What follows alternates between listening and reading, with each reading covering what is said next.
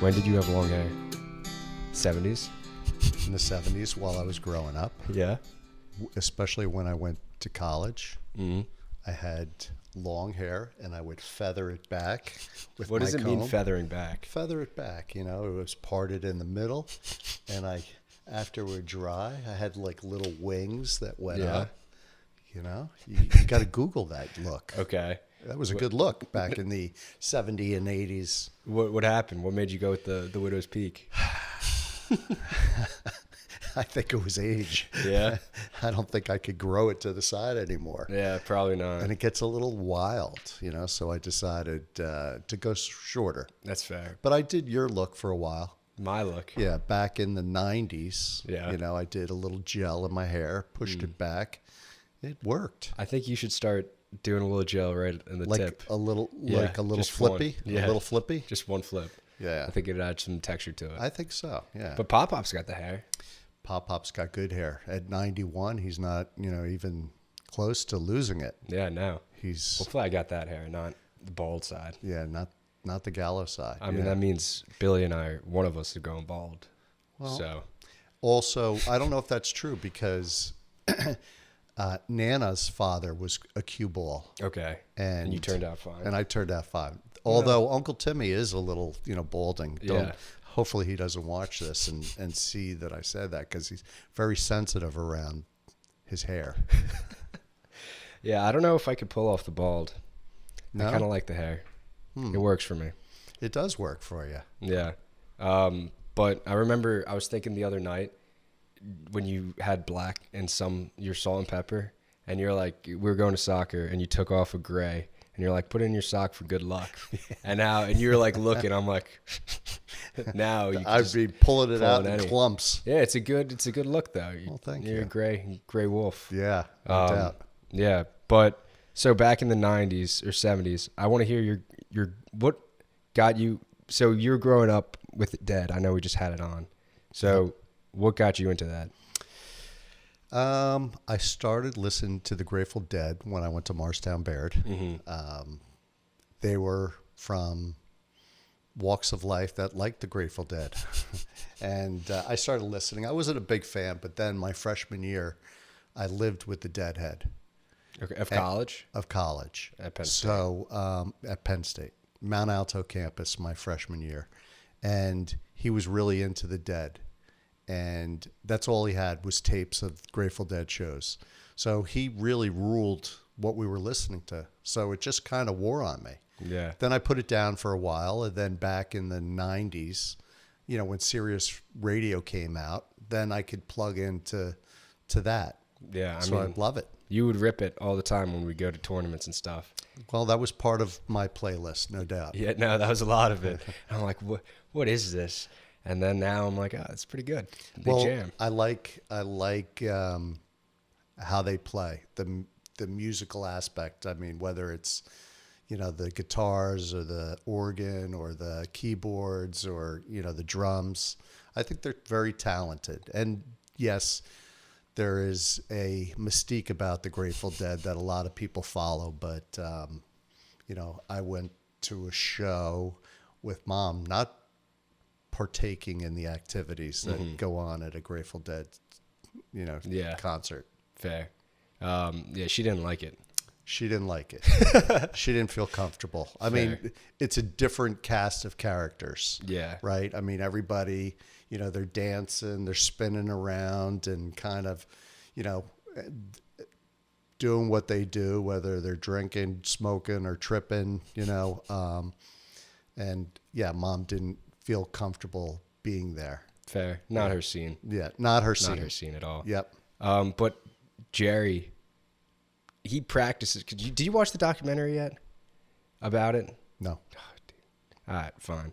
But they talk about it and how he's the hardest worker ever. Like, he would not put the guitar down. Like, he would hold everyone to a standard.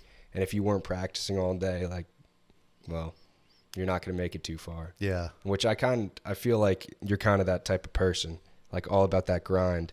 But high school, it's kind of funny because I like how my friends' parents were your friends in high school.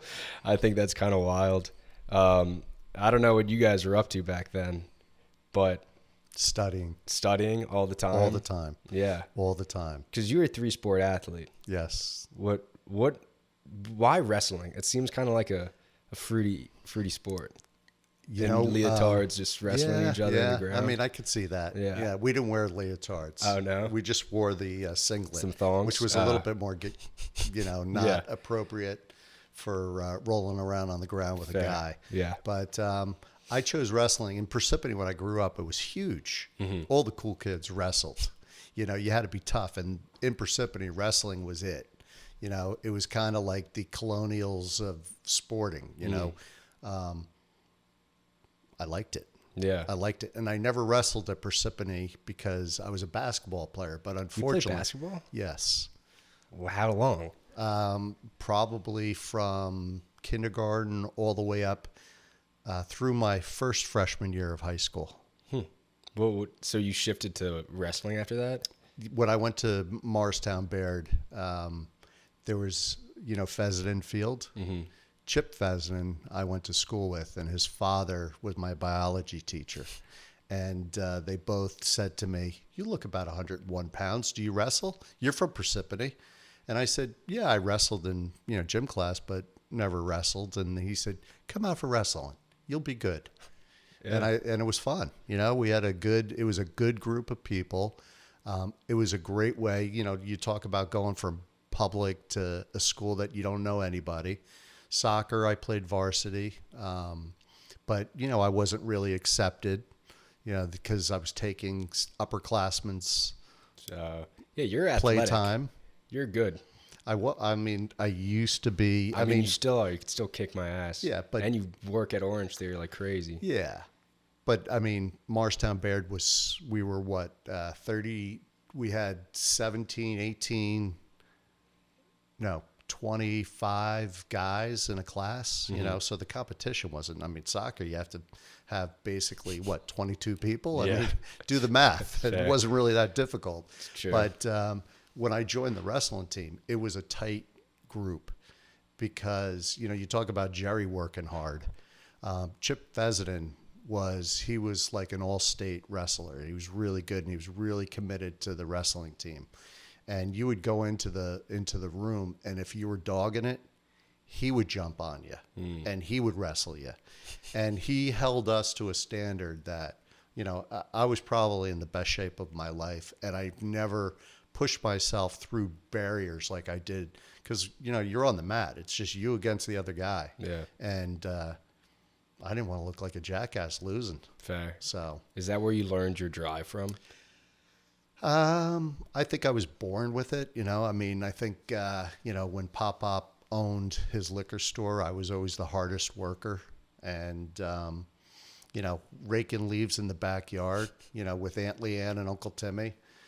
Pop would say, "Hey, by the end of the weekend, you have to finish this." Yeah. And I would look at Uncle Timmy complaining, and Aunt Leanne would disappear, and it would be like, okay, I'm going to get it done. You Yeah. have two choices in life. You could either complain about it or you could do something about it. Fair. So I started doing it. So I think that's where I got it. And then, you see with effort, there's positive results, which I liked. And, it just became a good practice. Yeah. You definitely ingrained that in my head as a youngin'. It was always, I don't care how you're playing. It's just, you got to give it 110%, which is, I think, a good lesson, It's got me pretty far, I think. Yeah, I think you've done pretty well. Oh, thanks. I think, and also, with you and Billy, I just say be your best version of yourself. Yes. It doesn't matter what you do. Yeah. Where are you getting all this? Okay, I know where you're getting all this wisdom from, but there's got to be other places. Because throughout my life, you always knew exactly how to handle a situation.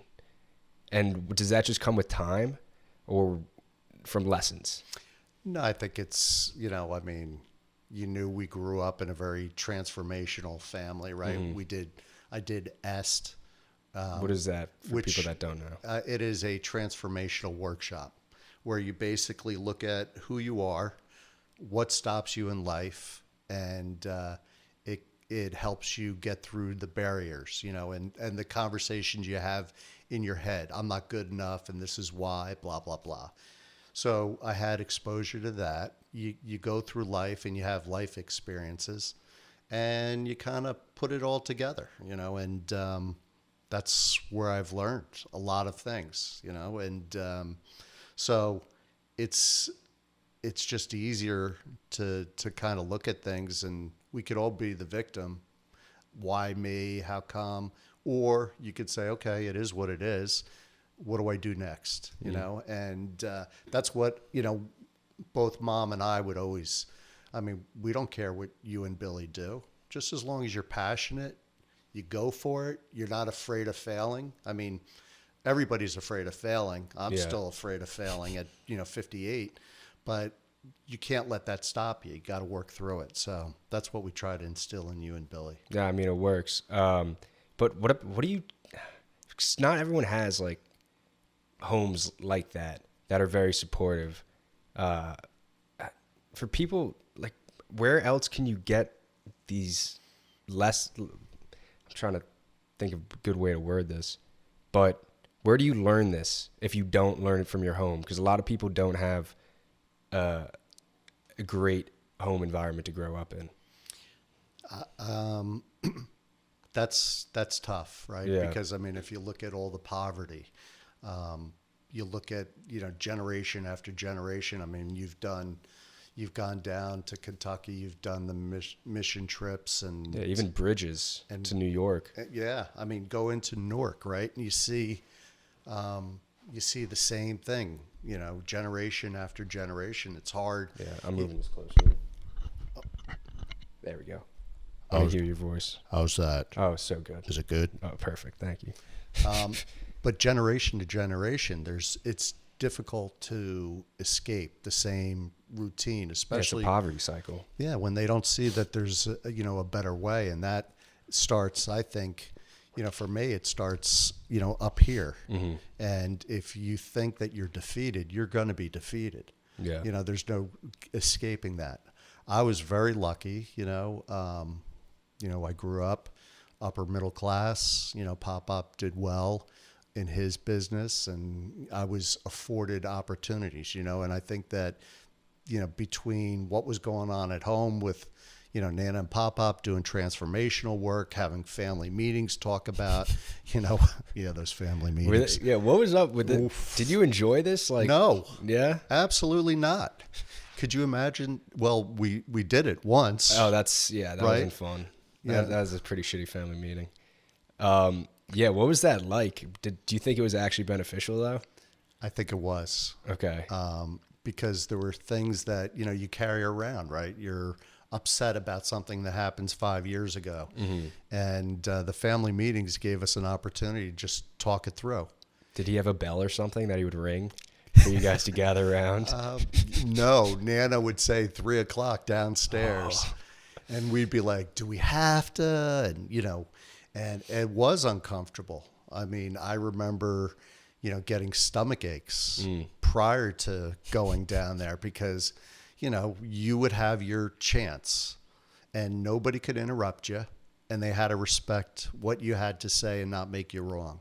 Just accept it, get it, acknowledge it. And with that, we cleaned up a lot of stuff. It doesn't mean that we were perfectly communicating family. Obviously my path was a little bit wavy, right? So it didn't cure any of the obstacles that were going to come our way, but it surely gave us an avenue for communication. Yeah, I do think communication's probably the most important thing in any relationship. And that's when stuff gets swept under the rug and just pushed down, like it's going to rot. And it's just going to get worse and worse as time goes on. So it is important to get those things out there, because the uncomfortable situations, they're uncomfortable for a reason, because they actually matter. They make you feel a certain way. So I kind of like those meetings, even though they definitely stink. Yeah. But they are important to have open communication.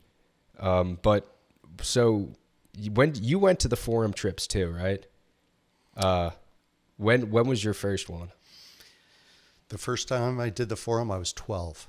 Jeez, they really started I was young. almost 13, and I was turning 13 in a month, and they allowed me to go to the forum. And then I reviewed the forum when I was 23. Mm-hmm. And then I did the 6 day, which was it was basically a 6 day in a row seminar. I did it in San Francisco, and it was about, basically breaking through all your barriers. Mm-hmm. There was a fear process where basically you would, there was a couple different. One, it would be the zip line Okay. over this, Like you actually did a zip line? yeah. Another one was when you would propel backwards over a cliff. Oh, jeez. And then, there was one where you would get in front of the group, and it was called the staring process. Wait. So you're all lined up, and, the volunteers would walk in, and then they would turn like they were zombies, and they would stare at you. What is that supposed to do? You know what? It sounds weird. It was definitely uncomfortable, but what I got out of it was that it made me comfortable in being with people. Okay. I could look at you. I don't have to worry about anything else. I'm comfortable in my own skin, and I could just be with you. Yeah. You know, That's nice. I was watching a documentary last night about mushrooms, just like all of them. It's really cool. They go underground and they communicate, they make the trees and they share nutrients and stuff. It's actually pretty interesting. But this guy had a stutter his entire life and he couldn't look anyone in the eyes. And then after he took mushrooms and then his stutter was gone and then he could finally look someone in the eye. And I think it's interesting how when you're not confident in yourself, you can't even look someone else in their face, which I find kind of fascinating because the eyes are a scary place. That's where we think we are, that's where, because if you ask someone, where are you? You're not going to point to your toes. Right. You're going to say right here where you perceive. yeah. And I think the pathway to the soul is pretty accurate. There's something about the eyes where there's pictures of eyes next to other like universes and they look the exact same, like the cosmos, which I find fascinating. But there's something about when you don't feel confident in yourself, you're not going to be able to look someone in the eye. And that's what I want to get back to. It's just so do you think you are you're content, not content, but happy with yourself? Like you feel confident in yourself? How long? Yeah. How long was this process takes? Because that's, people are always like, you have to have self-confidence, you have to have self-love, but it's such a hard road to get down and no one really teaches it. Yeah. No, and you know what? It didn't come. I mean, it's a work in progress. Mm-hmm. Everything that I've experienced in my life, the seminars, events that happen, it makes me a more of a complete person. And, acceptance is huge, right? I mean, taking responsibility is big, and confidence comes, as I continue to accept and not make excuses, and look at, okay, what do I do with this? And then as you kind of process things, for me, when you move through some of these barriers, that to me is how I've gained confidence. And you know what?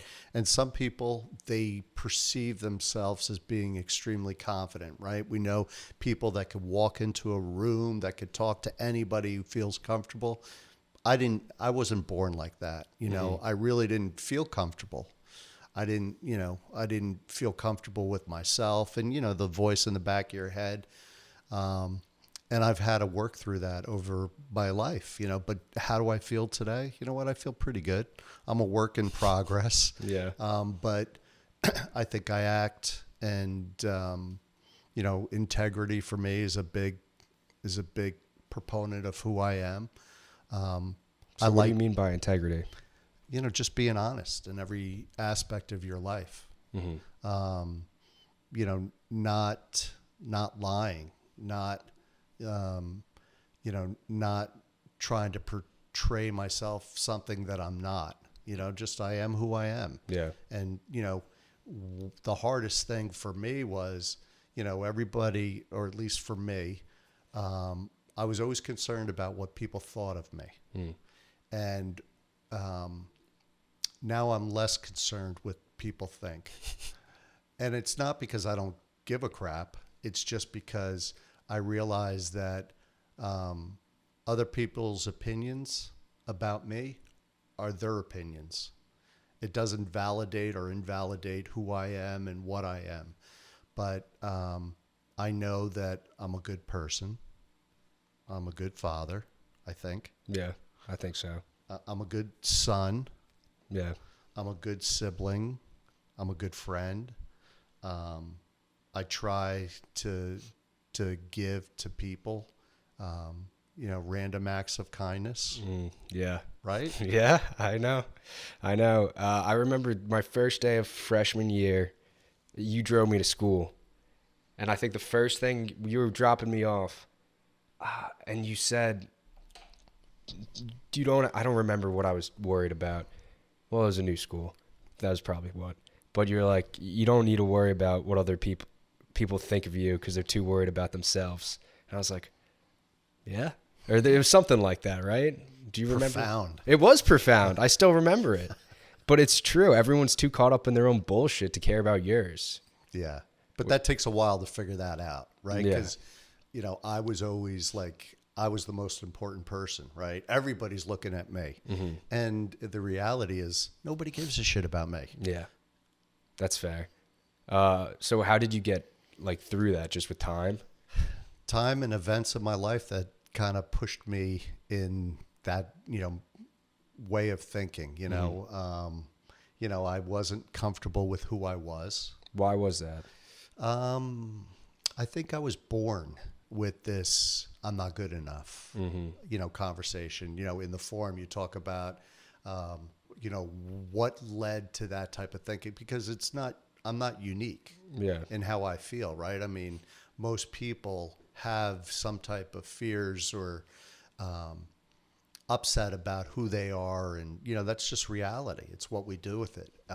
But I always thought that I wasn't good enough, and early on, I didn't feel that I could read well, so I had to go for extra help in second grade. So all of a sudden, I'm not smart enough, right? So that was my conversation growing up, that I wasn't smart enough, and I carried that on for a while, and that doesn't really give self-confidence when in the back of your head, I'm not smart enough, I'm not good enough. Then as I got older, I didn't feel comfortable. And that's why I think I played a lot of sports, is because that's where I felt comfortable, right? Mm-hmm. And I could excel. I could, you talk about work ethic. I was a hard worker in soccer and, wrestling and baseball.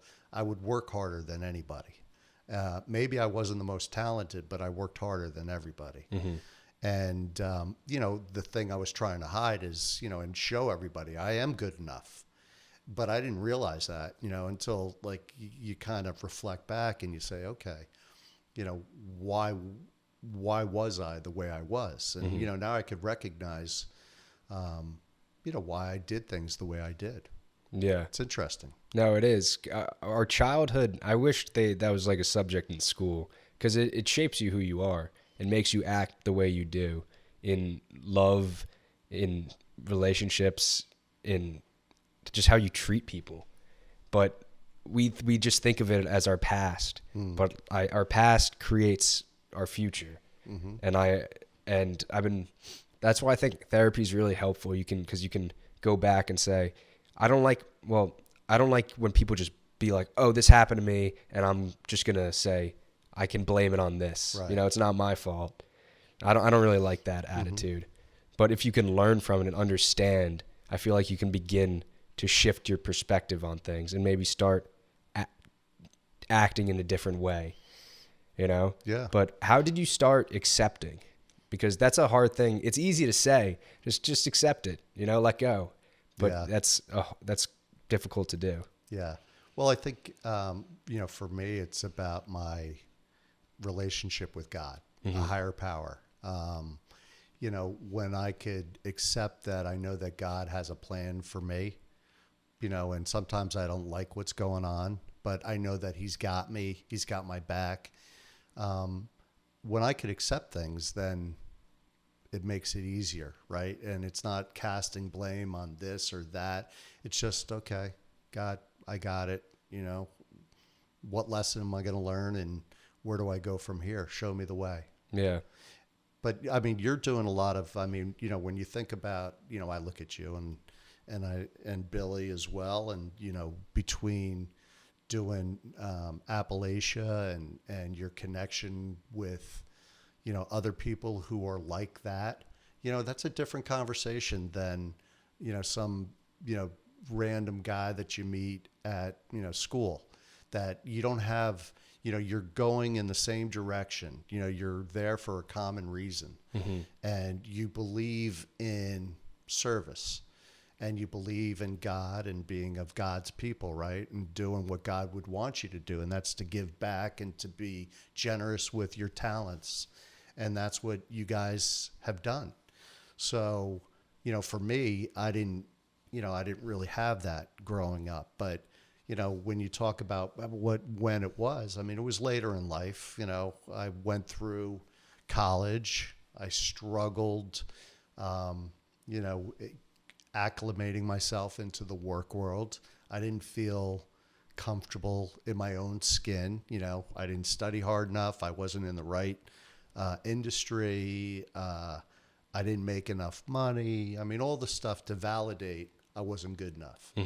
And, you know, God put some events in my life that said, okay, I'm going to put you back on track. Yeah, because you kind of got, I like using the story that you told me like a month or two ago when you went for a hike in the woods and you saw a map. You're like, I don't need the map. And then you went and you got lost for like 3 hours. I like using that as a metaphor of just God has his plan. Right. And you could either look at it and follow it, which Right. you know is being a good person, doing your stuff. Yes. Or you could say, fuck that, and you can go down this other path and get lost until something, or you either die in the woods, Yeah. or you get led back. But I got to listen to a podcast. Well, yeah, And that's that was a good one. It was you and Dawson. Oh, that was a good one. That was a good one. That was a good one. Number 2. Number 2. Yeah, but I like using that a lot because, so what led you off the path? Was it that you didn't feel comfortable with yourself? Yeah, no, I didn't feel comfortable with myself. And, you know, I was very social, even though I wasn't comfortable, but everything was, you know, focused around playing quarters, you know, drinking games. Quarters? Yeah, that's, you know, you get a cup, you go like this, and if it goes in the cup, you fill it with beer, and whoever gets it in the cup, you point to somebody and you make them drink. I'm surprised you don't know that one. It's a good one. Yeah. Yeah. But, you know, I would always be doing things to get me out of myself because I didn't feel comfortable. So go to parties, drink a lot, maybe smoke some pot. And, of course, that was when I was really young. You know, just avoid the whole social situation because I didn't feel comfortable. I didn't think that I could talk in a conversation without some type of substance to make me feel better about myself. So that's kind of how I dealt with it. And then, you know, that began not to work anymore. And, you know, that's when God kind of stepped in and said, okay, you know, I'm going to pick you up. I'm going to drop you. And you have a chance to get back on track in your life. Yeah. How was that drop? Well, it was pretty significant. It was like, you know, it was It was a huge drop. I mean, I was 28 years old. It was my third DWI. Okay. And I lost my job. I lost my car. And I was going to move back home with my parents at the age of 28. Yeah. What So, turned it around? When I lost all that stuff. And, then I had an opportunity to change. And, you talk about, do you believe in God? Do you believe that he's going to, put you on a path that, that I'm going to be giving of myself in the way that he would want me to? That kind of turned me around because, I started doing things that was more consistent with what he wanted than, just not. Yeah. Just throwing life away. Yeah, no, that's hard, but because it's been 30 years now, and I'm sad I missed it on Saturday. I'm sorry. But what kept you on the path for this long? It's because it's easy just to fall off again. Yeah.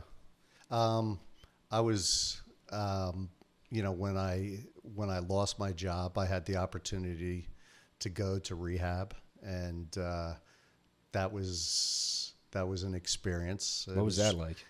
You know what? It was good. I mean, it was about, counseling and, all the things that you're thinking in the head, actually getting it out, talking to somebody, learning how to communicate, learning a little bit about the disease of, alcoholism. And so it was very educational. But they said that this isn't going to cure you. You have to work on your, sobriety on a daily basis. And they suggested that I go to AA and, get myself a sponsor and go to meetings. And I decided that I was unique. Of course. Because I thought I was healed. Yeah. And after about 3 months, I wasn't comfortable in my own skin. And I didn't feel good about myself. And I was angry. And, all the crutches that I was using, they weren't there anymore. So I went back, and my counselor, Rich Cantini, who I talked to last week, he said to me, he goes, Bill, are you going to meetings? Nope. Did you get a sponsor? Nope. Why don't you do this? Go to meetings, get a sponsor, go to 90 meetings, 90 days, come back. If it doesn't work, we'll figure out something. And that's what I did. And I found this guy, and he was the guy who I always wanted to be. He's 6'7", blue eyes, really good-looking guy.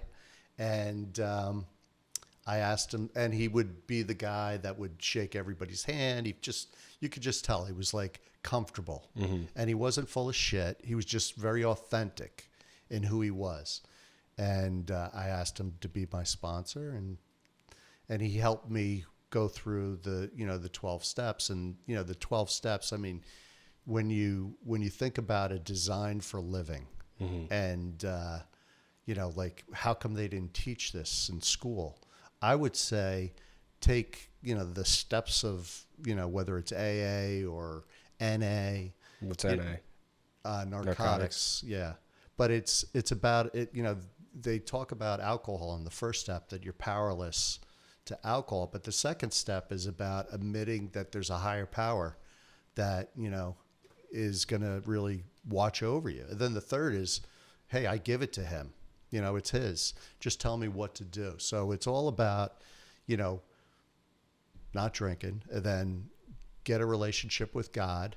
And then it talks about cleaning house, right? You go back to all the people that you've, screwed over, clean your house so that if you're walking down the street and you see Miss Brown, your hair on the back of your head's not going to stand up. Yeah. So that's what it was. And now it's about, asking God on a daily basis, to keep me sober, but also to take away those character defects, like the fear that I'm not good enough, or that I'm going to lose something, and just giving trust to him just for today.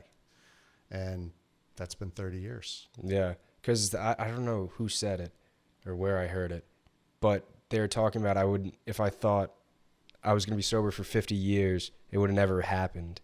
But if you take it day by day, it's much more digestible. Yeah. I mean, I never, ever thought, I mean, if you would have asked me when I was 28 years old, whether, sitting here at 58, whether I wasn't going to drink or smoke pot or whatever, I'd say, I'll take that bet. Yeah. But, it's like, just taking it one step at a time. I don't even, like, I could remember exactly what it was like the night of my, last episode. I remember the conversations the next day. I remember 4 days later going to Aunt Lisa and Uncle Chip's wedding. Oh, jeez. And just feeling, Mom was great. I mean, she did everything she could to make me feel comfortable, and I remember what it was like. And that's what, we talk about, is that you can't forget what happened, because as soon as you think that, like you forget, that's when you're going to, potentially put yourself in a position that, you could go back and say, it really wasn't that bad. You know what? It really was. Yeah. It really was. Our minds are good at tricking themselves into going back to the beast. Yeah. But what helped you become more comfortable in your character and be able to be that guy to go and shake people's hands like the blue-eyed Aryan? Yeah. The blue-eyed. I think that, when I started to really work on myself, How do you do dig that? in, like, I mean, but there's, so in the program, there's, basically there's 12 steps, and in the steps it talks about, cleaning house, and in the 4th step, what it talks about is understanding what your character defects are and writing a list of all the people that you've harmed. And, how you do it is you write down the people, you write down the event, and what basically has triggered it, so that you start to understand why you showed up, why you did certain things in life. Because then if you have that knowledge, then what, could potentially trigger anger, right? And I was very quick to get angry. And what I realize is, if I just keep it simple, I'm going to get angry because I'm not getting what I want. Or I'm afraid I'm going to lose a relationship. And when you know that, you could ask God to, help remove those, defects, right? Because because if you trust in God, God's going to say, hey, I got this. Yeah. You might not like what's coming, but I got you. Believe in me, and good things will happen. What was the story with the sand, the footprints in the sand? Oh, the footprints in the sand is one of my favorite, James. I know. I like the way you tell it, because it's you're walking down the beach, and you see 2 sets of footprints. And then in the more difficult time, you only see 1 set. And, the person says, God, where were you at my most needed time? And, I can't believe that you walked away from me. You abandoned me. And God said, I didn't abandon you. I was carrying you. And I think for me, that's, life isn't easy at times, right? Yeah. And, I never felt that God was abandoning me. That's nice. Yeah. Because sometimes people do feel lost. Because nowadays, there's more atheists than there's ever been. Ever. What do you think? Well, for one, I think, honestly, this is kind of weird one. It may just be on my mind because this is what I've been looking into recently. But I think it's because we can't see the stars. Like, there's too much light pollution. When you look up, you see nothing. You think you're the center of everything. But if you could go back thousands of years when everything was looking up to the stars, they were more spiritual than anything. But also social media kind of killing it, because now people look for that to find happiness in themselves, which you can't find. But I think it also goes to people just want like instant gratification, and I need to know. Like we think we know everything, and it's like, oh, well, we have no proof of God, so he's not real, which I think is kind of stupid because that's the whole point of faith. And like we would never even be able to understand what he is because our minds we're freaking monkeys. Yeah. So I'm not sure. I think it's something with that, but it is difficult, and I think we could see the impact it's having on our country and even the world. You know, there's not too much love. Well, there is, but it's just kind of hidden.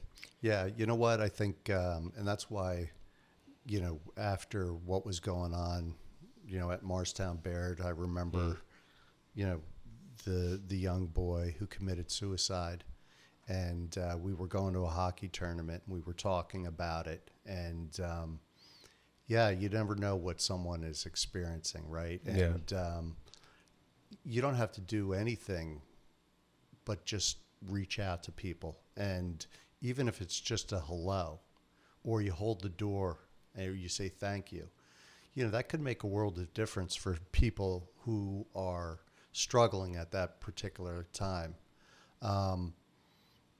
I think that we can make the difference. You know, there's not going to be a huge, I mean, there will be a huge movement. I think that, you know, when you go to these transformational like workshops, when you go to Appalachia, I mean, you're committed to making a difference, right? Whether it's in yourself or in other people's life.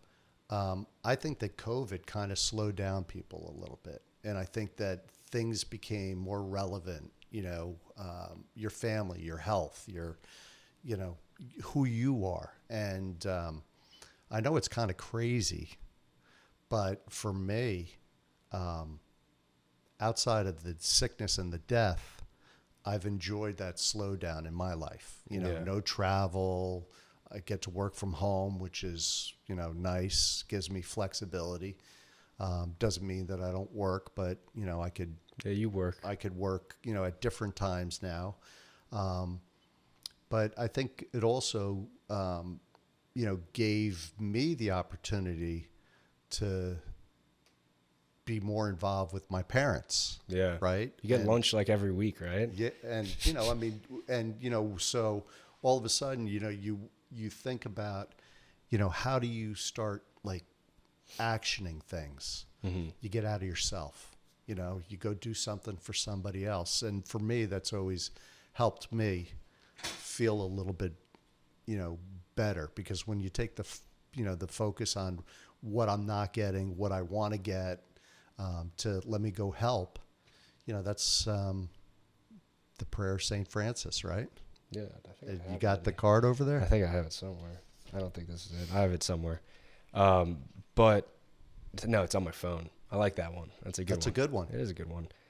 But I think it's also, that's why I like the praying for being thankful. You know, you got to be thankful for what you have and grateful for what you have now. Like, if you look in the future for happiness, you're never going to find it, you know? It's like, I'm going to be happy when I have this job, or when I have these grades, or when I have this girl. Like, you're never going to find it, because when you get it, you're just going to be looking for the next thing. So I think it's important, too, just to be conscious of the environment you have now. It may not be perfect. I got caught up in it today. I was driving in the car, and I'm like, I don't have enough podcasts. Like, I don't have the reach I want to have. And I'm like, dude, shut the fuck up. I'm like, what are you doing? I'm like, you're having fun talking to people. Like, it doesn't matter. And I was like, yeah, good job, James. You're right. That's good. But I get caught up in it. I think everyone does. And That's normal. It's hard, because I do want to be somewhere. Like, I have a path where I want to go, and I just want to get there. But I'm like, enjoy the freaking ride. Because when I get there, if I get there, I'm going to have so many problems, you know? And you might not. And I might not. But they're going to be different. Like, I'm not saying that this will ever happen. I'm just saying, like, Rogan has huge problems now. He may have the reach, but now he has all the eyes on him. And anything he says or does, he's going to get crucified for it. Yeah. So, which sucks. Yeah. And he has to go bodyguards. He can't even go to a bar without a crowd of people coming. Yeah. That sucks. Yeah. And I'm at a place right now where I could have fun with this shit. Me and Ross were talking yesterday. We were talking like two guys for talk, and no one's going to listen to it. That's the best part. Because if people listen, they'll be like, fuck these kids. But it's fun. So like we're having fun with it, and I got to stay in that. Yeah. But it's what helps you stay on track with that mindset, because it is hard when you forget, because we're forgetful creatures. Yeah. No, I every single morning I go through the same routine. Mm-hmm. You know, I say my prayers. I ask, God to, keep me sober, to help remove my character defects. And, if there's something that is really, like that, I mean, it's so profound that you've been able to identify that at the age of 21. Well, you guys put me through shit. Well, I mean, yeah, we did. We had a, Yeah. but, to be able to identify it and catch yourself, that's huge. There's people that are 80 years old that haven't been able to catch themselves and bring them back. So, like that's where you kind of bring yourself back and say, hey, you're right where you're supposed to be. Mm-hmm. Yesterday it's history. Tomorrow, is not promised to anybody. You can walk out and get hit by a car. Yeah. So the only thing you got is today. And so what I do is I just try to make the best of each day.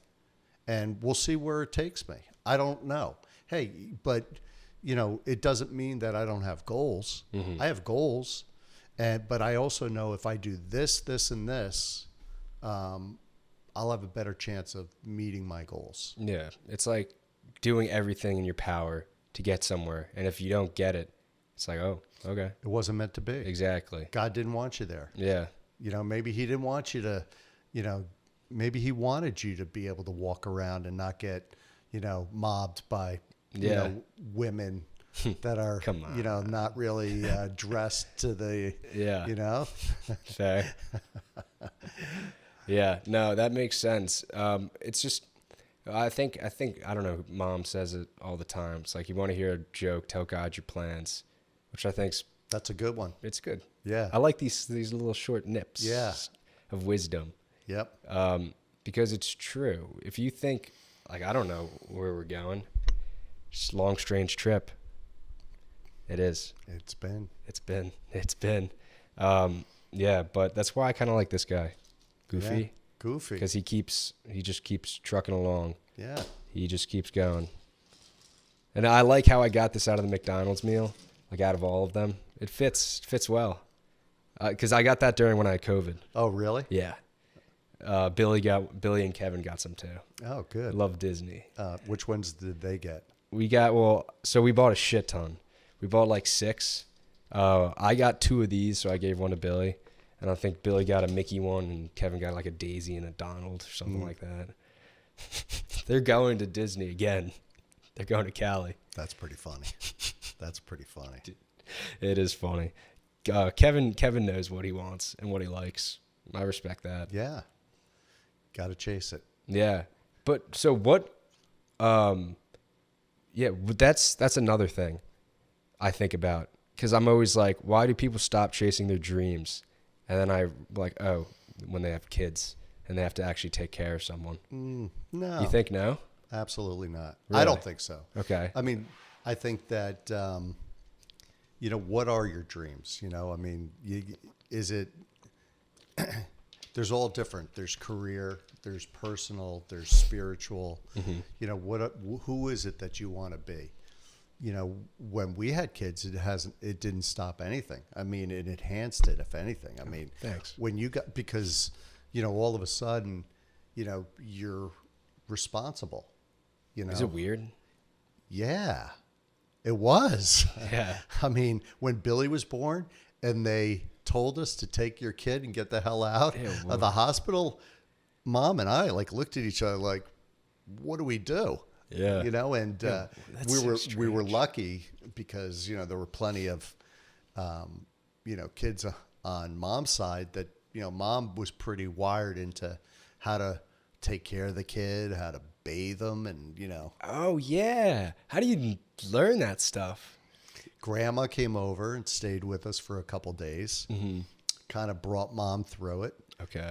But Mom also had the experience from Aunt Nanette when Tara was born, and Aunt Lisa when Katie was born, and Daniel and Thomas and Elizabeth and JJ and Matt. And, so she had some experience.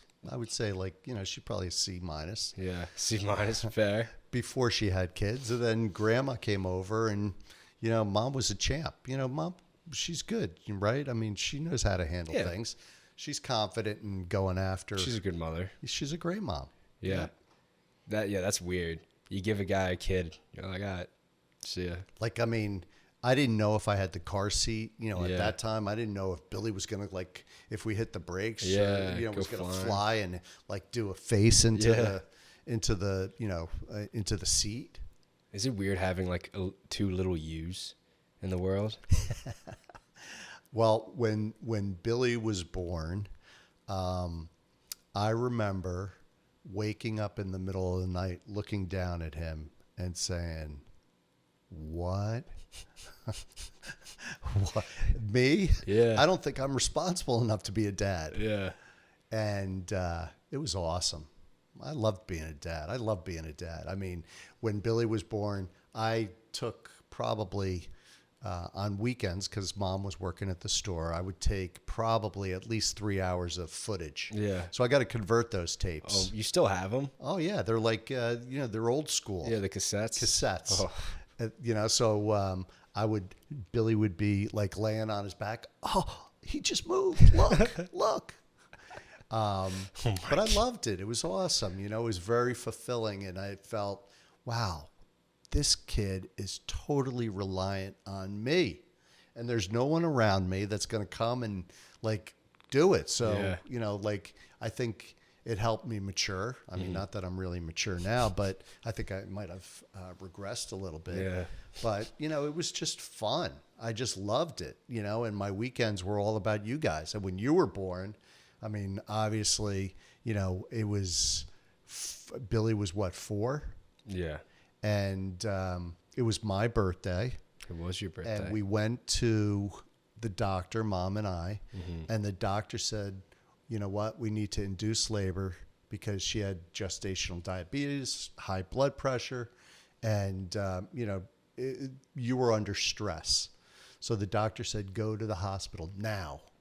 So Mom went to the hospital. She said, you come back, get my bag, and celebrate your birthday with Billy.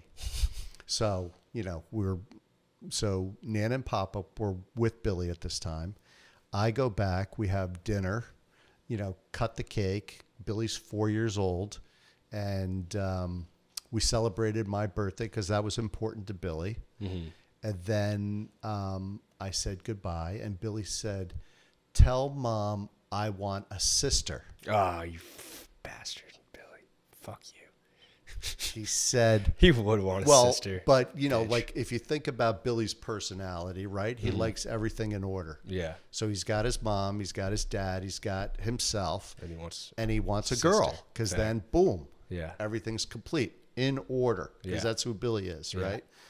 So I said, okay, we'll see what God has planned. But, I'll tell Mom. So I went back to the hospital. And at this time, it was 7 o'clock on July 5th. Okay, PM. at night. Yeah. And so I get there, and we're watching the Yankee game. Dr. Mateo was hanging out with us, and he was trying to get the baby out because we found he was going on vacation the next day. Oh, jeez.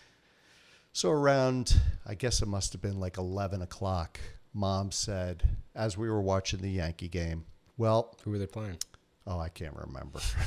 I don't think I was paying attention. I was a little nervous. Yeah. Mom said, well, it doesn't look like you're going to get a birthday present today.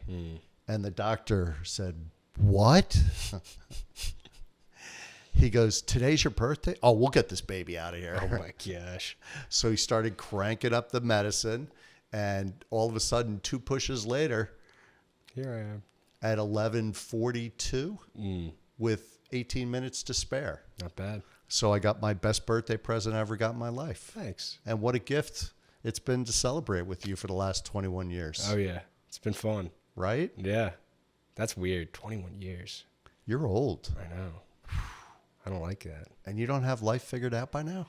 No, not yet. Go talk to Pop-Pop. He's 91. Go Yeah. talk to Grandma at 94. They'll tell you the same thing.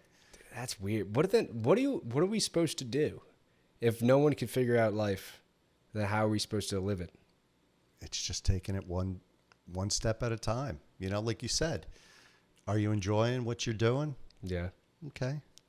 You know, you go through life, you do what you like to do.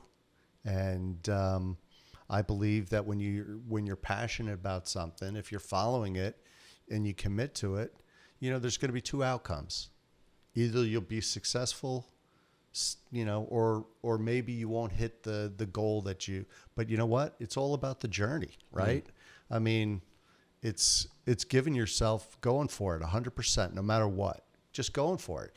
And if you don't succeed, then at least you walk away and say, you know what?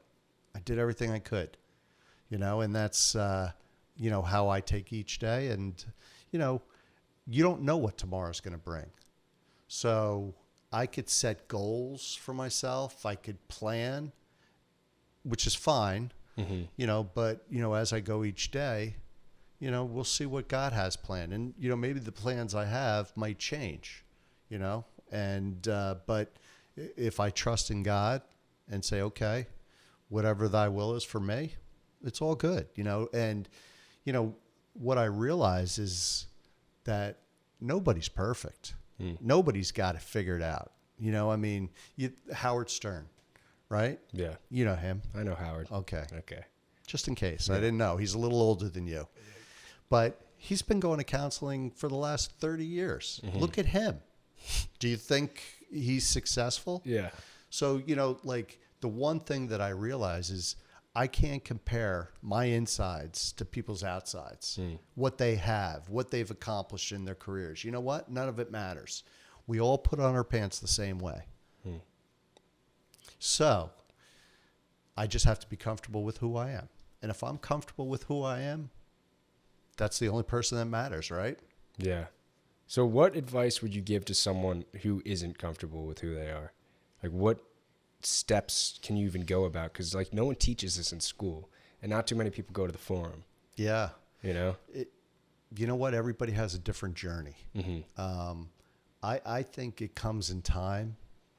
You know, I mean, they're cruel. I mean, especially Kids are cruel. You know, social media you talked about. Yeah. Like, you know, are you going to validate yourself by how many likes, you know, or whatever, you know, and that's a problem. I think that, you know, a lot of people are starting to realize now that social media, while it has its benefits, it's also got a lot of drawbacks. But, you know, how people can get comfortable, you know, I mean, there's a lot of different ways. Counseling, right? That's a great, you know, that's a great option. There's no weakness in somebody who wants to do better for themselves. Back in the, you know, 80s, even the 90s, you know, 70s, 60s, you know, people, you know, kept that very tightly guarded. Yeah. Why do you think that was? They wanted to look good. You know, it was all about, and, you know, that type of being wasn't, you know, that you didn't hear about that. But now you hear about in the celebrities, right? I mean, just look at the gymnast. Yeah. Mental health, right? I mean, she, you know, was paralyzed with fear. And here's this athlete that is at the top of her, you know, profession. And she showed everybody, you know what? She's not unique. She is exposed to the same type of fears as anybody else. Yeah. You know, and that I think, and I really, you know, you know, a lot of, you know, you're listening to the news and they have their opinions, and guess what? None of their opinions matter, right? But what I really, I mean, I liked, it's a great story, number one. I mean, she was able to overcome her fear, to participate in her last event where she got the bronze, but also now you have somebody on a platform that's saying mental health is real. Yeah. You know, I mean, we've experienced a lot of losses. And it's okay to say, I don't have my shit figured out.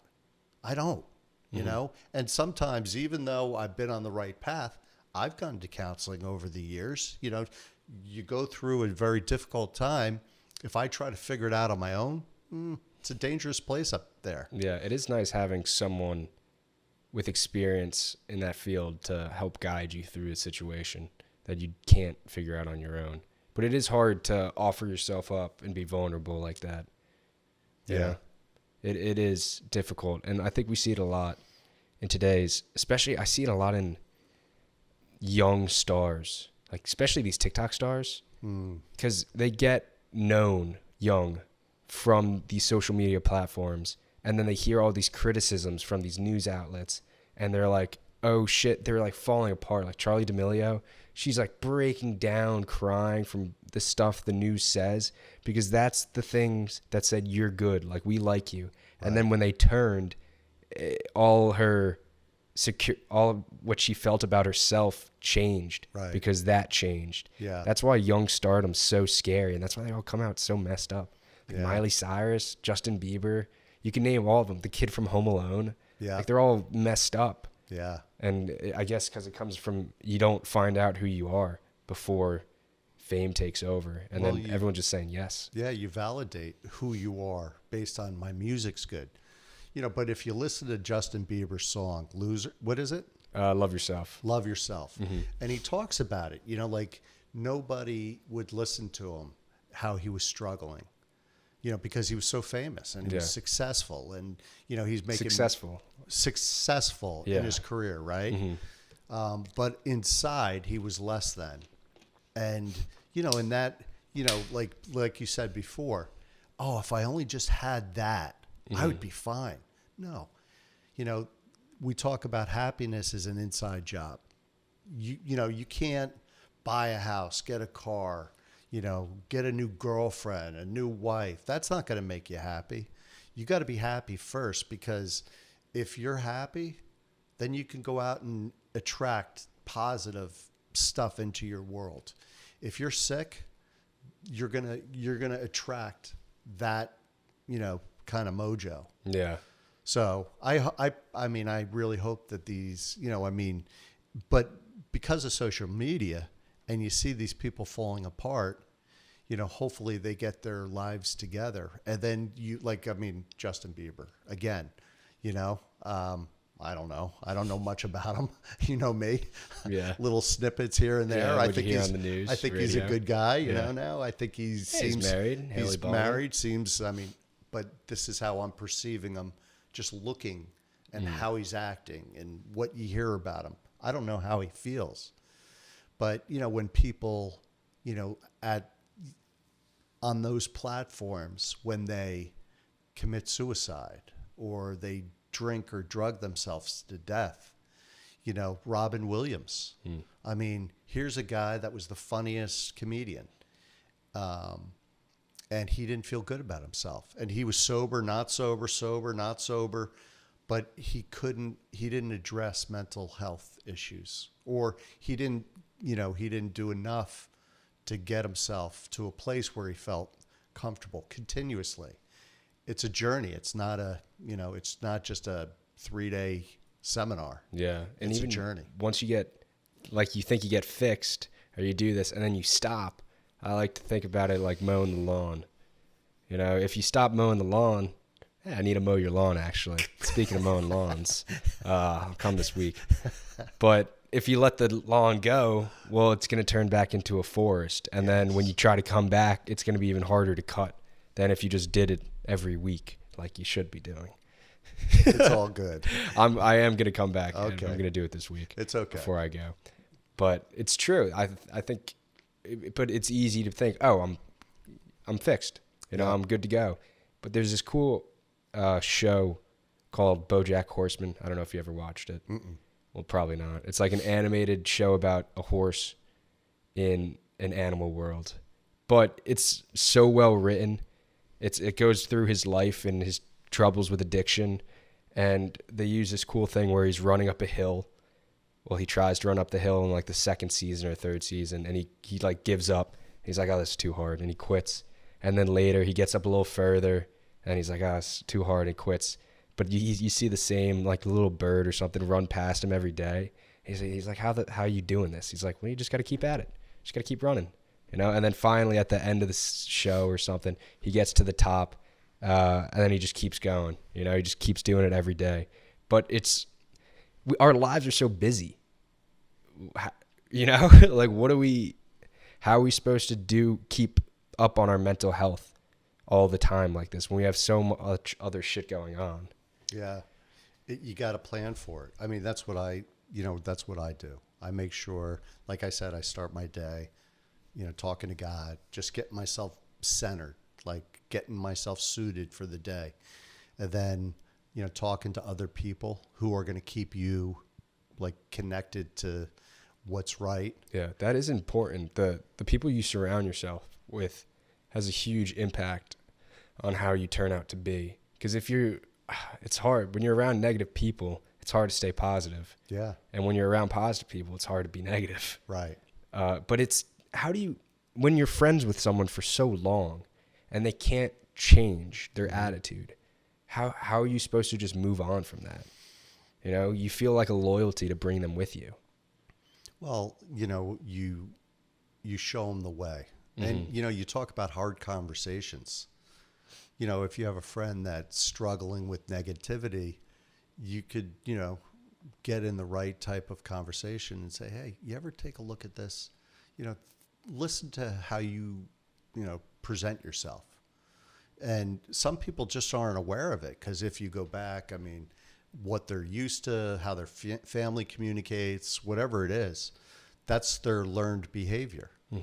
But if you point it out and say, hey, dude, you're such a great guy. Like, you got so much to offer, but sometimes you're just a fucking whiny baby, or you complain about things and you make everybody wrong or, like that's that's exhausting, Hey, try to look at things, from a different perspective, and that's hard, but like you did, you caught yourself going negative and you were able to reset. That's huge because I'll be resetting for the rest of my life. Yeah. Cause it is, I mean, we're always going to keep tripping. We just got to get up after, but I want to go to how was your mind when you had to get the heart surgery? Because for me, I didn't realize the intensity of it. Yeah. I was just like, he'll be fine. Yeah. And, as a father, that's what I always wanted to portray, right? I'm going to be okay. I got it under control. I was, going back. I knew that something was going on, right? Because I was out of breath just walking upstairs. But when I found out I had the aneurysm, the leaky valve wouldn't have taken me down, but the aneurysm would have.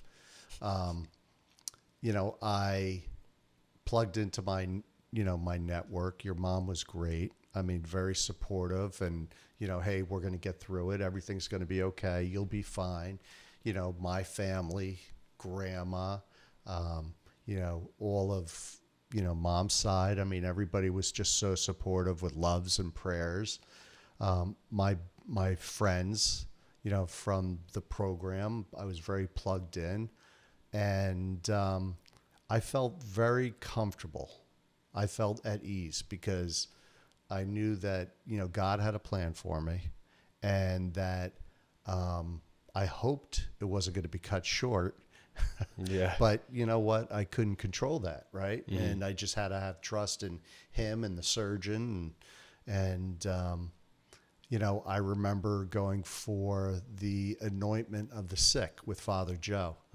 And I just remember crying, because I had my family. Yeah. I didn't want to leave my family. You guys were young and I loved my boys and I loved my wife and I loved everything about life and I wasn't ready to go.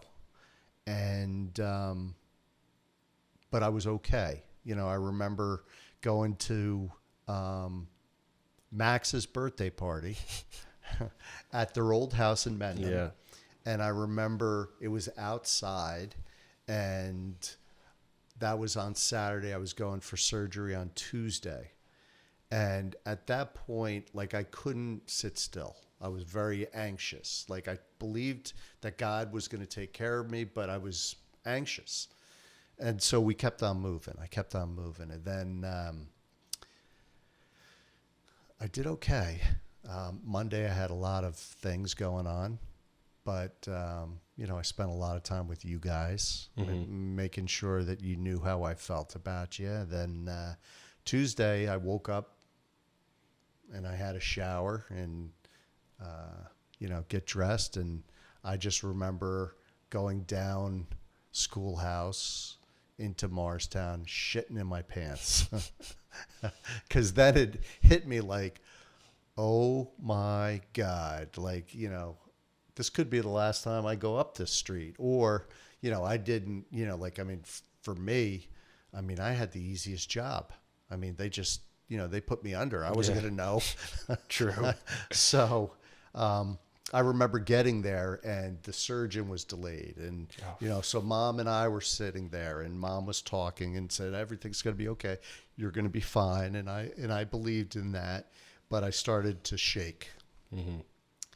And then I said, where's that fucking shot? Put me, where's the Demerol? Put me under. And they did. And, the rest is history. Now you're here. And I'm here. How was the recovery, though? That was pretty brutal. You were in that chair for months. Yeah. Yeah, that was difficult. That was difficult because, it was painful and I didn't feel good. And, it was traumatic surgery and they operated twice, right? Yeah. So, it was hard. It was not easy. I was uncomfortable and I was taking Percocet, which at that time, that was 8 years ago. So I was sober. That was 8 years ago. 20, I was sober 22 years and I didn't really have any drugs in me, and then all of a sudden I'm doing Percocet 3 times a day. I got to tell you, Breaking Bad on Percocet, not bad. I wouldn't promote it to the younger listeners, but or any listeners. But it all worked out. And you got off it easy? Because that seems like it could be a challenge or something that would loop someone back in. Yeah, it was. It was. And that's where, when I look at God, when my last episode, I finally said, God help me. And then all of a sudden the obsession was lifted from me. So when I went into the surgery and, I said to the doctor, I'm like, listen, I'm sober. I'm concerned. And he said, take it as prescribed. And that's what I did. And, when it was time to stop, when I wasn't feeling as much pain, I weaned myself, instead of, 6 pills a day, it went down to 3 pills. And then when I was feeling less stress in the chest, then I, went to 2 and then 1, when I was sleeping. And then finally, I just went to, but no withdrawals, no, like my mind wasn't racing, like when am I going to get the next one? And that's God. Yeah. And it seems like a lot of self-control too. And integrity. Right. To yourself to stay on that. But yeah, that is wild. Did it? Well, I know. How did it affect you? What? The surgery. Turn it on me. Honestly, there's nothing in my mind that thought that you weren't going to be fine. I don't know why. Like, it never fazed me. I'm like, oh, he'll be back. Mom was like, you can't see him. He's in the hospital. I'm like, oh, yeah, all right, I'll see him in like 2 days. Like, whatever. Like, I guess you did a good job of portraying you'd be fine. Or I just deep down knew. But I always like, yeah, he'll be fine. It was kind of weird seeing you in that chair. Like that, vulnerable. Mm-hmm. That was strange. And you quit cigars after that, too. Yep. Which was weird. Because you did love your cigars. I did. You did love the cigars. It was strange. But it did put a strain on your marriage, didn't it? It did. You start to think about what is life all about. Life is short. And, it just opened up a lot of questions. And, and also, for mom to have to take care of me, that was a huge stress on her. You were her third child. I was I was worse than her third child. I was an infant, right? Because she was putting on my stockings. And, she was changing my dressing on my, she was helping me, everywhere. I mean, she was awesome, right? I mean, I couldn't have done it without her. And yeah, it put a huge strain, right? Because, I mean, just because there was one event that was happening to me, it also triggers a lot of other memories, in the past for both of us. And so that created, and you go back to communication, we didn't do a great job. I mean, we should have probably gotten into counseling early, probably even before the heart surgery. But we thought we were okay, right? I mean, we got along, we, got upset with each other. But you know what? I mean, if I went back and changed it? Yeah, there were things I would definitely change, no doubt. I mean, I love being part of the family unit. I mean, going out to dinner with you guys and waking up and seeing your, little hair all over the place. I mean, how great is that? It's better cut now. Okay. Yeah. It's more controlled. Now it just goes into a mohawk. But yeah, no, that makes sense. How was it? It must have been hard first when you moved to Scenic Court. Yeah. That I felt terrible for you. I did, because I'm like, this sucks. Like, just by himself. Yeah. Like, how was that? It sucked. Yeah. It wasn't fun. Yeah. It was. We don't have to go there. No, if you it's don't want. okay. I can go there. I can right. pull it together. I was just trying to get myself. No, it was. I mean, I left everything that I loved the most, right? And I knew, my biggest fear was my relationship with my boys, was going to be changed. It was going to be altered because I wasn't living with them. I wasn't there all the time. I didn't want to be insignificant in your life. So that's what, I mean, living by myself, I mean, having my clicker and watching the TV show that I want, that wasn't bad. I mean, come on now. Yeah. But, not being there with you guys and mom and, the people that I loved the most, that wasn't good. But then, you talk about how do you overcome adversity? You talk about, okay, well, this is what it is. What do I do to continue to have my relationship with you? How do I keep my relationship with Billy? How do I strengthen it? It's not perfect, right? I mean, it's not what anybody signed up for, but it is, really what it is. I think, we have to put ourselves in positions where we're happy and, we're going to be able to be who we are and be accepted for who we are. And, and that's the opportunity that I've been given, right? And so, with you, I was so grateful that you would allow me to FaceTime you every single night, regardless of what you were doing. It's true. And Billy as well. Billy would, anytime I'd FaceTime. And that meant, I forgot about those. Oh my gosh. that meant more than everything to me. Yeah. That when you would come over and spend the weekend, I couldn't wait until Friday when I could pick you up and we would go to dinner and then, maybe go see a movie. Definitely and then, see a movie. And then you would sleep till noon or 1. I still do it. And I would do my laundry. I'd go to, a meeting. I'd go work out. And then all of a sudden I come home and you're still. So I'd do a little bit of work.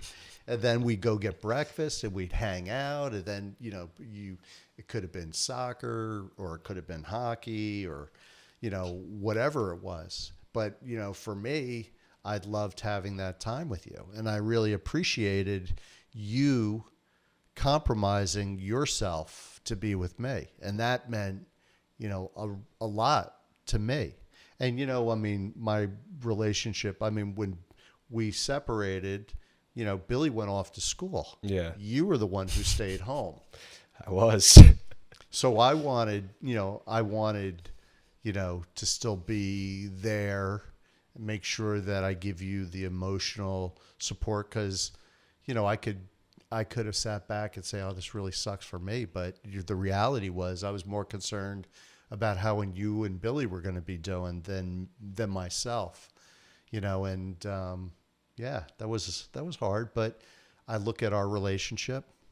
It's pretty good. Right? Yeah. I mean, I think we're solid. I think so. Is there anything you want to clear up on this podcast? No. You sure good. you got the mic? I do have the mic. I don't know. I always appreciated you and what you do for me and how you always calm me down when I get worked up. You're probably the only person that can calm me down when I'm up there. It's true. You see me at my worst and my best, and I'm just grateful for it. Even though the circumstances we were in were probably hard, I think you made the most of what you could do, and yeah, I think we turned out okay.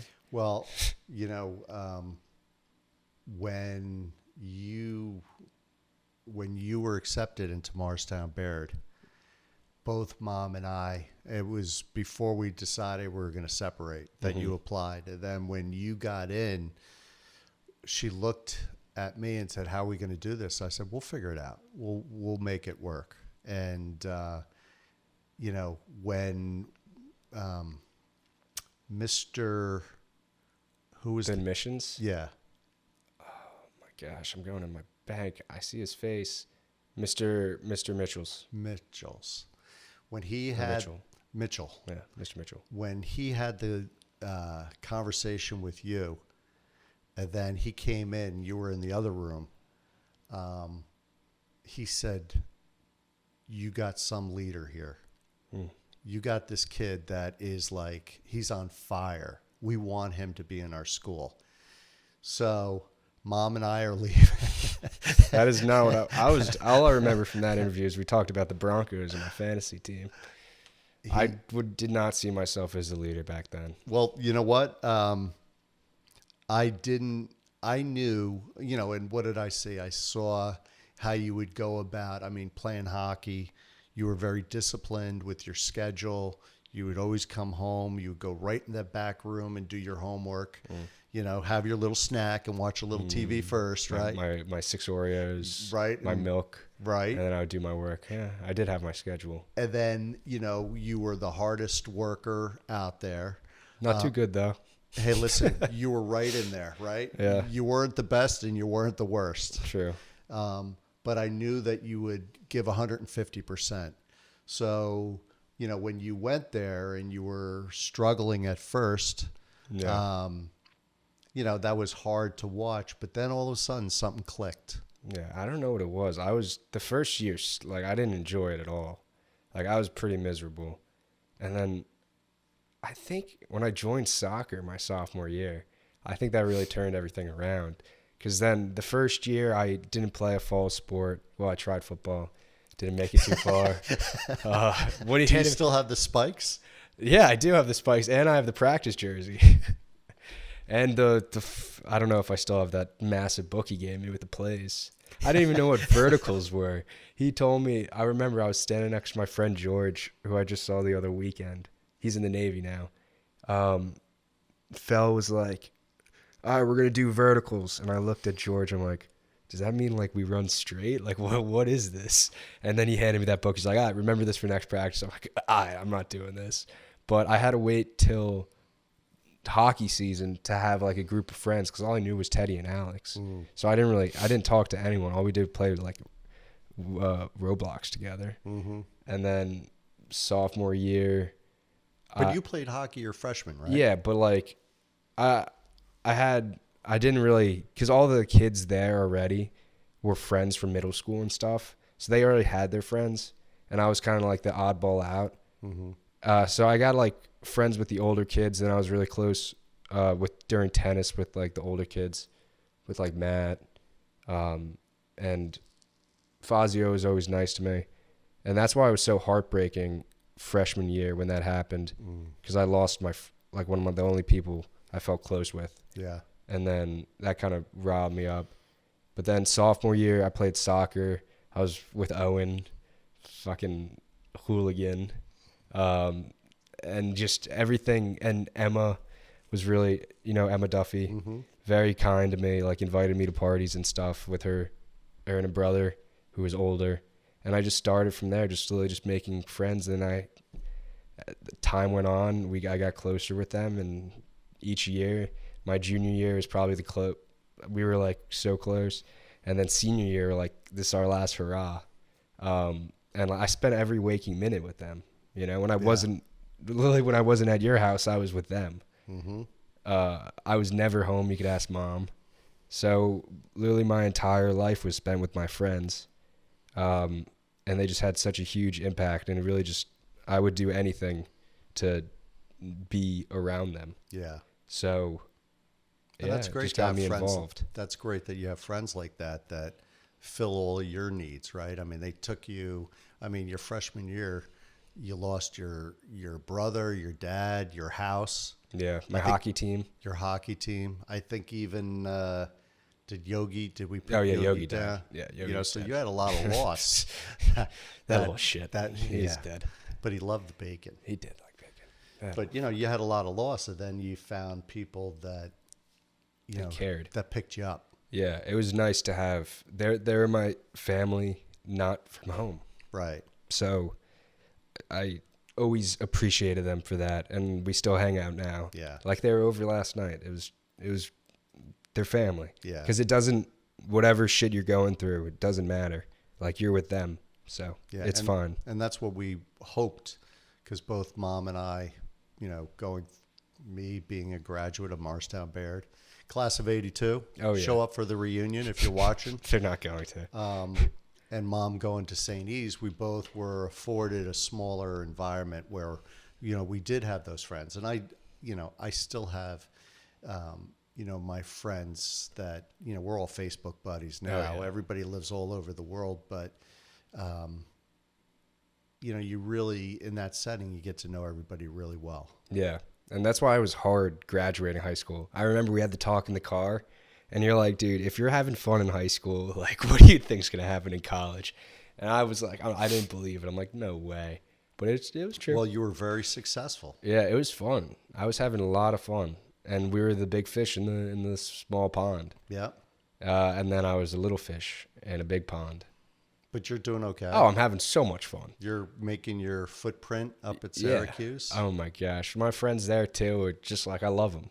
Like, because then I lived with them. Instead of not being home, I was home with 23 other guys. Yeah. So how would you, I got this kid down the street from me who's going to be a freshman at Syracuse. Mm-hmm. What would your advice to him be to feel comfortable at school? To get out of your comfort zone. Do things. If something makes you uncomfortable, you should do it.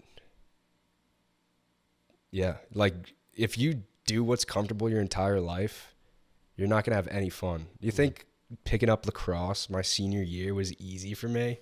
Dude, I never played in my entire life. It sucked. Those coaches, I messed up every drill. But at the end, when I got the assist, like, it was so worth it. And to win states, too, it was crazy. Yeah. But the more you get yourself out there and you involve yourself in the community, you meet different people. And that's probably my favorite thing. Like, I have Orange Seeds, where I have this one group of very leadership kids.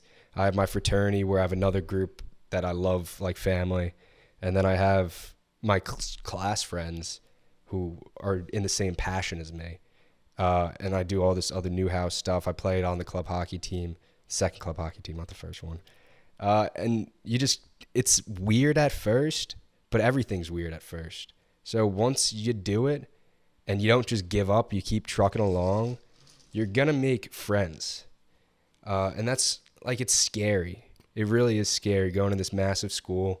And I was lucky to have Ben as my freshman year roommate, because we would just do everything together, which also was not the best, because then how are you supposed to separate yourself? But then, I'm just do things. Yeah. Find something you're interested in, and even things you're not. Like, try. Yeah. And I was BDJ when I first went in.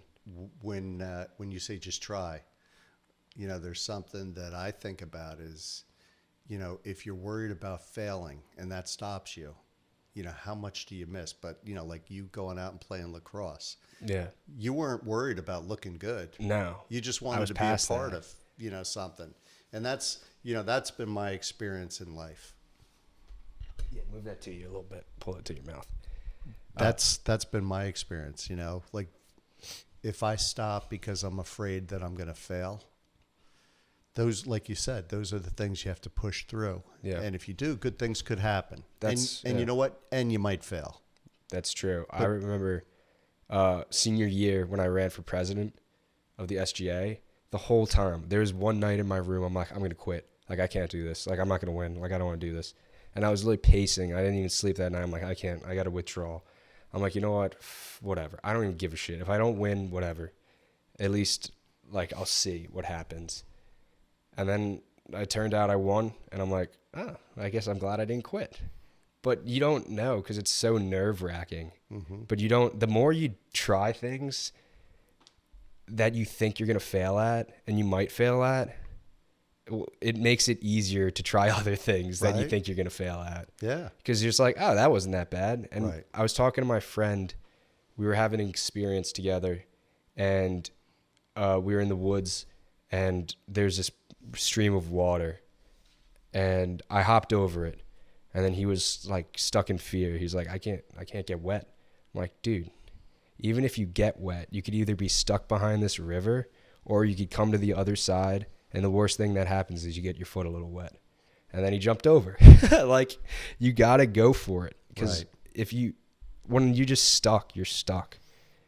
But the more little things you do that make you uncomfortable, you can try bigger things. Like, I would never have, when I started this thing, I was like, I didn't even think. I was just like, let's go. Right? I just said, let's go. So I think the more little things you do that makes you feel uncomfortable, the easier it gets. I agree. But I still get the feeling of fear. Sure. That'll never go away. How do you deal with that? You just accept it for what it is. I mean, like you said, you acknowledge it. You say, okay, I see this, and I always ask, okay, God, give me the strength just to accept, where I am, what the outcome is. Just give me the strength to accept whatever your outcome. Then you go for it. Yeah. And if you don't succeed, that's okay. At least, there's been things that I failed in that I knew I gave 100% and I was okay with failing. Yeah. That's something you don't, when you're dying on your deathbed, or if you even get that chance, to look back and be like, I regret that. Like, I wish I did this different. Like, that seems like the worst feeling in the world. Like, you could have done something better or tried harder and you just didn't because you were weak. That's something I never want to feel. But how do you know if you're on the right path or not?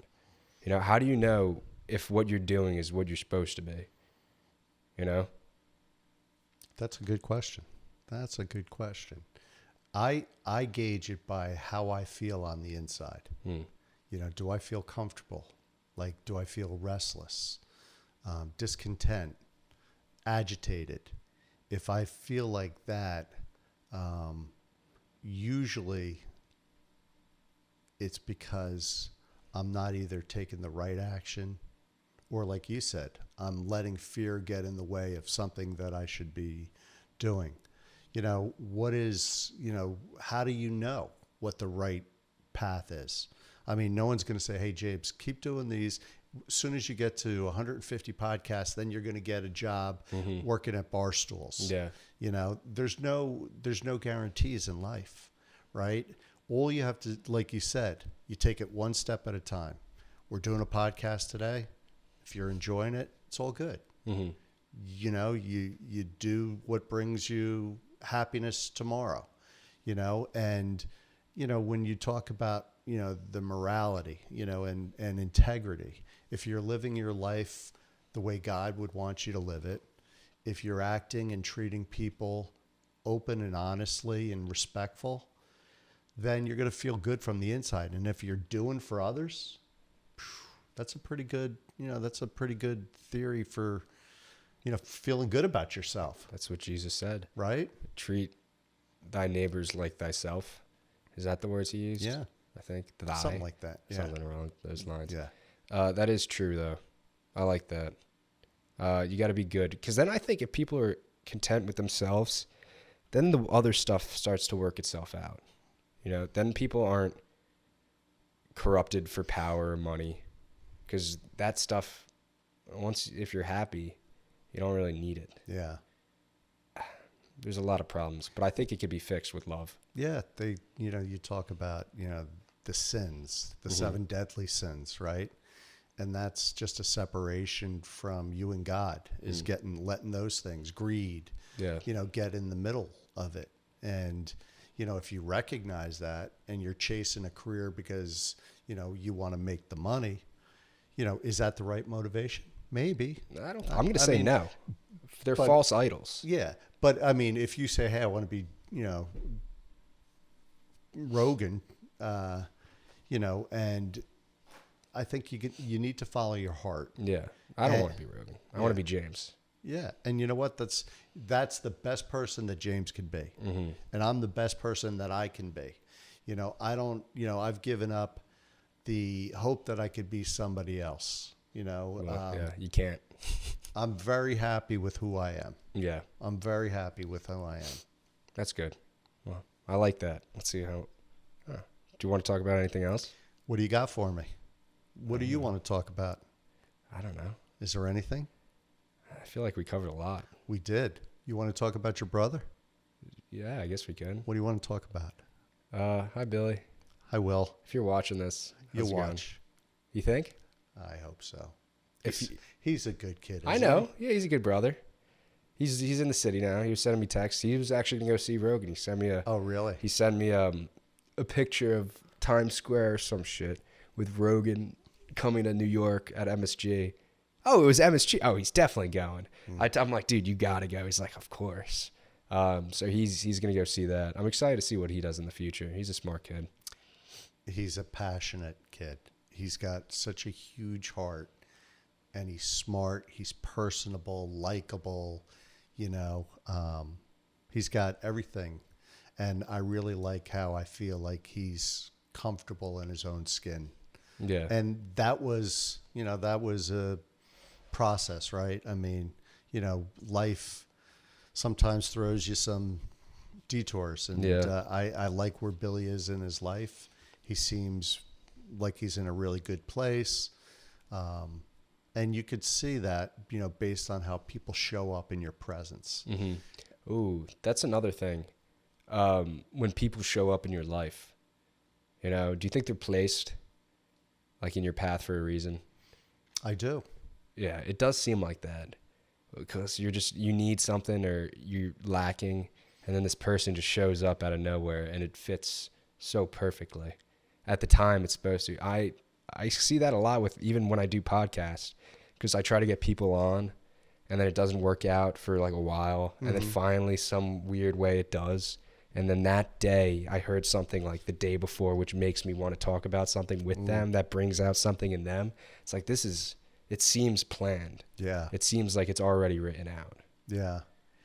Yeah. I think, I do believe in that. I think, at least in my life, I could only speak to my experiences. I think that, God's put certain people in my life at certain times. And,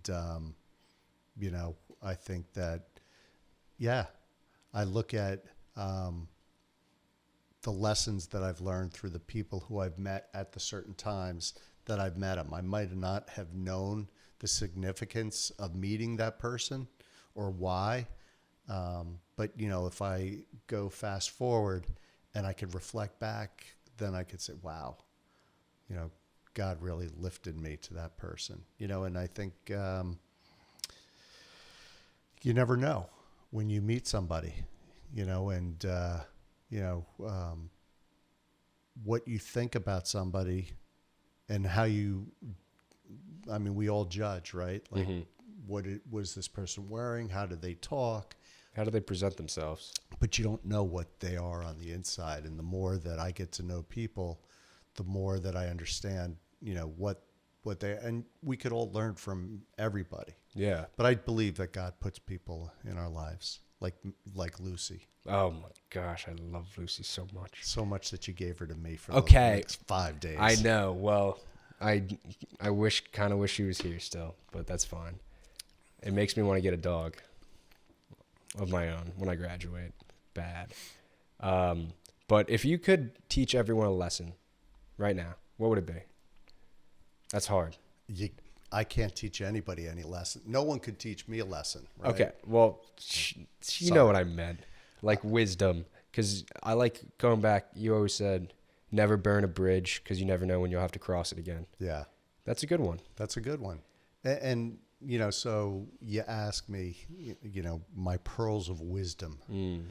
I would say... Your pearls of wisdom? Right. What? Yeah. Go look that up. Is that a real thing? Go look that up. No. Okay. Pearls. I would say that number one, be nice. Mm-hmm. Don't talk about people, right? Because who are we to judge? Accept people for who they are. Everybody has their strengths and then their deficits, right? And who are we? We're not God. So don't judge, but and keep your relationships clean. You know, hey, I mean, if you look at Mom and I, right? Mm-hmm. Divorced, back together, divorced, you know, we're still friends. And I know she'll be there and she would do anything for me, and she knows that I would do anything for her. But if we didn't keep the relationship clean, we wouldn't have that, right? Mm-hmm. So keep those relationships clean, you know, with your grandparents, with your friends, you know, and you will leave certain friends, but you never know when they're going to come back in your life. And they might come back in your life and need something from you. Maybe you're in a better place than they are in regards to your, you know, mental health or, you know, whatever. But just live life and give, you know, give to others. And if you live like that, you know, and you get yourself out of thinking about what you want, what you're going to get, you know, for me, it just gives me, you know, hey, how many people can I talk to in a day? Right? Yeah, you love that. I mean, I'll go talk to anybody in the line, right? Yeah. And there's been studies that show that the more interaction we have with people, the more it feeds our soul and the longer we're going to live. I want to live. Yeah. You know, life's cool. I want to see, you know, if you choose to get married and have kids, I want to be a grandpa. And when Billy gets married, if he chooses to get married and have kids, you know, how great will that be? That'd be pretty cool. To see you guys parent. I think you might have to wait a little bit of time for that to happen. I hope so. But hey, listen, I'm not, you know, we just talked about tell God your plans. Yeah, exactly. True. Oh, jeez. I don't know if I'm ready for that. But no, it makes sense. And I think it used to bother me how much you talk to other people, but now I'm starting to get it. I do it because now I travel by myself a lot. And when I went to the Red Rocks, I was by myself the entire day. Mm-hmm. And I was just chatting up people on the trails. This guy taught me about photography, like on the trail. I saw this guitarist who was just sitting by himself playing, and I walked past, and there's just something in me. I'm like, you got to turn around. And I went back, and I sat next to him and listened to him play, and he was good. I'm like, dude, like, you're good. Like, do you play? He's like, no, I do IT. I'm like, do you like IT? He's like, I'm like, fuck IT. Like, do this. I'm like, do what you're passionate about. He was like, thank you. I'm like, come on, man. He called himself Dark Star, which... Wow. Dark Star, yeah. Grateful Dead. Mm-hmm. And I was literally listening to the Grateful Dead because I was listening to the Red Rocks Grateful Dead session when I was doing the hike. Mm-hmm. And it just, like, that just made me feel good. And it made him feel like we had a connection. Right. I think it's Dylan Darkstar. Hopefully, we'll see if he quits his IT job. We'll see if he takes off. But he was actually good. And it was just, there was this Jewish guy. He, like, very Jewish, the hat and stuff. I'm like, oh, can I take your picture or whatever? Like, talk to him a little bit. It's nice to communicate with people. And I really do believe it spreads. Just like evil spreads, good spreads the same. Yeah. And this guy, the guitarist, Darkstar, I walked away and people walked past him and then he reached out, you know? And then he said something nice to these people. And like, even if that's all that came from it, that joy spreads from person to person, and just the same way bad spreads. So if people spread positivity, it's going to make other people feel happy, and they'll spread it to someone else. So I think that's really a beautiful thing. Yeah, that is. Yeah. Well, this has been fun. Want to get some sushi? Let's go. All right. Thank you for coming on. Sorry it took so Sorry long. I didn't shave. Oh, you look great. I didn't change my shirt either. Yeah. Carolina, when we went for our tour. And why did we buy it? Because the eyes. No doubt. Make Brings some up the pop. eyes. Yeah. All right. So this has been fun. Thank you, Dad. I appreciate it. Love you, James. Love you too. Peace.